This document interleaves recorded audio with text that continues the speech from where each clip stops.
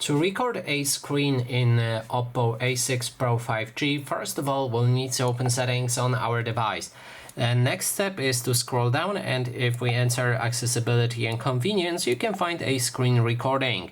Now you can adjust all of the settings for your screen recording, and to actually start it, there's two different options. First one is to access your quick access settings. So swipe down from the right side of the screen and then look for the screen recording with those small icons right here. You can then click on it and begin your screen recording.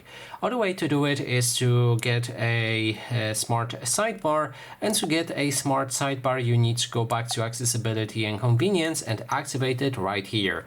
Now perform a swipe on the right edge of the screen, and then we'll need to find screen recording right here. Click on it and you can also begin the recording.